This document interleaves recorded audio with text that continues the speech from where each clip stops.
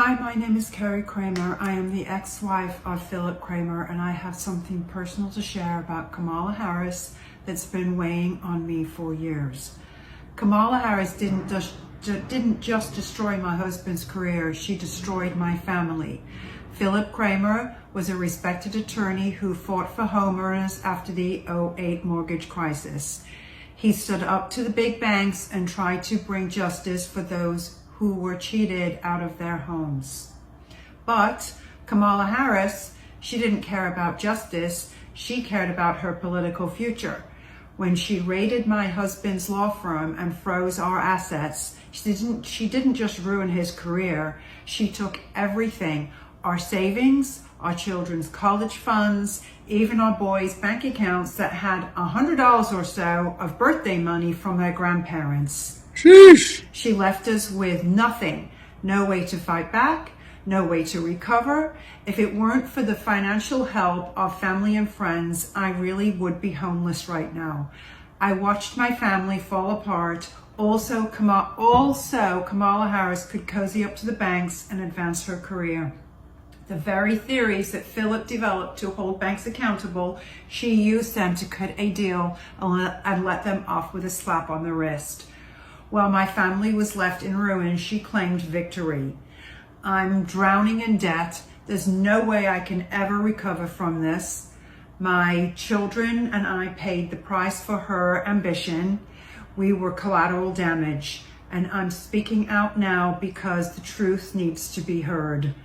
What she did wasn't justice, it was political manipulation at the highest level, and we're still living with the consequences. Kamala Harris may have moved on to higher offices, but we're still picking up the pieces of what she left behind.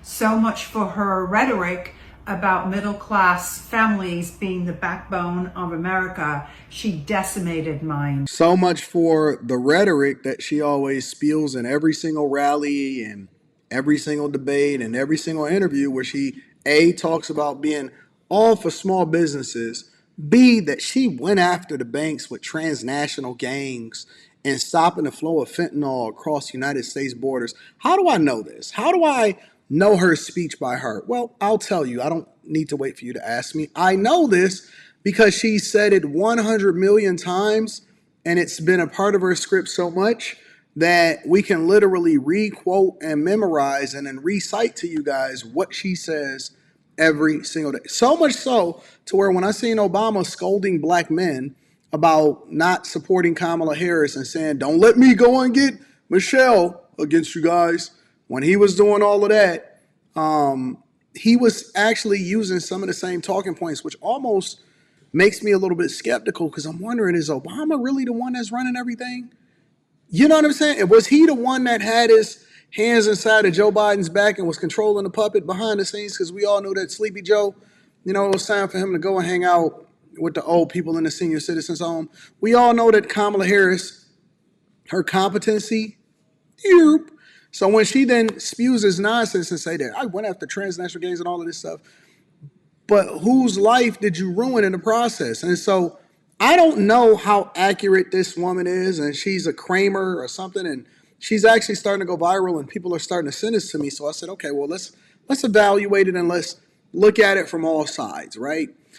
Kamala Harris says that she went after big banks, but this woman is saying that her ex-husband is the one that pioneered the way in which you go about winning and being on the side of the people over there in California to then win these victories for the big banks. Also, on top of that, we know that nationally, and let me just make sure that I got these facts correct. You guys can go and check me. That hardly nobody, I think it was only one guy that did a little bit of time and he just, took his little slap on the wrist, but nobody, no big bankers, none of these big banks ever really took responsibility.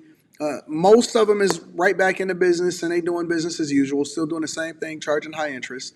And we know that nobody really actually paid the price. And so what this woman is basically saying is that she actually cut a deal with the big banks, didn't go after them, but cut a deal with the big banks based off of the premise that her husband was using to go after these big banks, but then her husband is the one that suffered the consequences in order for her to continue to be able to say the things that she's saying today and then grow her political influence. which speaks to exactly the type of person that I believe that Kamala Harris is, and why we should absolutely not vote for her for president of the United States of America. I mean, one of the things that they're running on, and one of the things that they keep saying to us, is about how great her character is and how awesome she is and how wonderful and inclusive she is and all of these things. But every single turn and every single point of her political career, what people are saying, whether she was a district attorney or whether she was a senator or whether her as a vice president cast a tie-breaking vote for some of the worst things that we see happening in society today, or the fact that she went on The View and admitted that she was basically in the room and participating and had say-so and sway over what was happening as far as all of the major decisions, almost every single major decision that was set on Biden's desk. And so if we take that into consideration and we're trying to evaluate her character, her performance, and whether or not she really needs to be voted on based off of policy, politics, and then her long-time career as a public servant, because we know she doesn't have any business experience. We know that she's never started a small business. We know that, as a matter of fact, she's never worked for a private organization. If we take all of that into consideration, what makes you think that she's better suited to run the United States of America, on top of the fact that we can look at the last 3.5 years, what happened, and then come to the conclusion that, no, it was a bad situation for all of us Americans, and that's why she refused to really get to the core of the issue when it comes to immigration and the policies that then allowed for over 20-something million people to come into this country. Why would I vote for her? Why would I listen to Obama and he can't be trusted? Why would I listen to Joe Biden and he just seems to be going off the rails, and sometimes he slips and seems like he don't even like her? Why would I listen to Magic Johnson and he can't even get his own self together, his own household together? Why would I listen to Ricky Smiley? Why would I listen to D.L. Hughley? Why would I listen to Charlamagne the God? Why would I listen to Steve Harvey? Why would I listen to any of these people? Plies. Somebody put in front of me somebody that actually could substantiate their argument and justifying why she should be voted on as president of the United States of America, when at every twist and turn, there are people that can finally speak out. Thank God for social media, that can finally speak out and say, you know what? This is who she really is. This is my experience with her. And this is why I think that you guys should rethink, because in every single situation and at every level, she's left destruction in her wake and on her way to celebrate her championship. Hopefully, on the Democratic side, that's what they're saying. Hopefully, her championship and winning the president of the United States of America, and she didn't even have to debate her way out of the primary. Why should she be elected? Somebody, anybody, throughout this entire process, and I'm pretty sure that they're glad that they only had a little bit of time to parade her in front of everybody, because if it had been any longer, ain't no telling the type of skeletons that have come out. It's already absentee ballot voting and all of that stuff, so make sure y'all get y'all votes together. Make sure you plan accordingly to get to the polls. Don't wait for them to determine what should happen for you. Participate in the election process, and I'm so tired of lazy people telling me that it doesn't matter who you vote for. It absolutely matters, and you need to go and get some understanding on what's going to be in your ballot on the rest of it, because you have different things to vote on: millages, judges, all that stuff. So be very, very careful. We getting them up out of here. We not going to continue to substantiate them getting into office and still in this election. We seen that Letitia James is mulling a possible run for mayor of New York City, while at the same time the appeals court over in New York is like, y'all just did an absolute worst job ever trying to prosecute this guy. Give Trump back his money. We see what's really happening in the streets. So make sure that y'all stay vigilant. All right?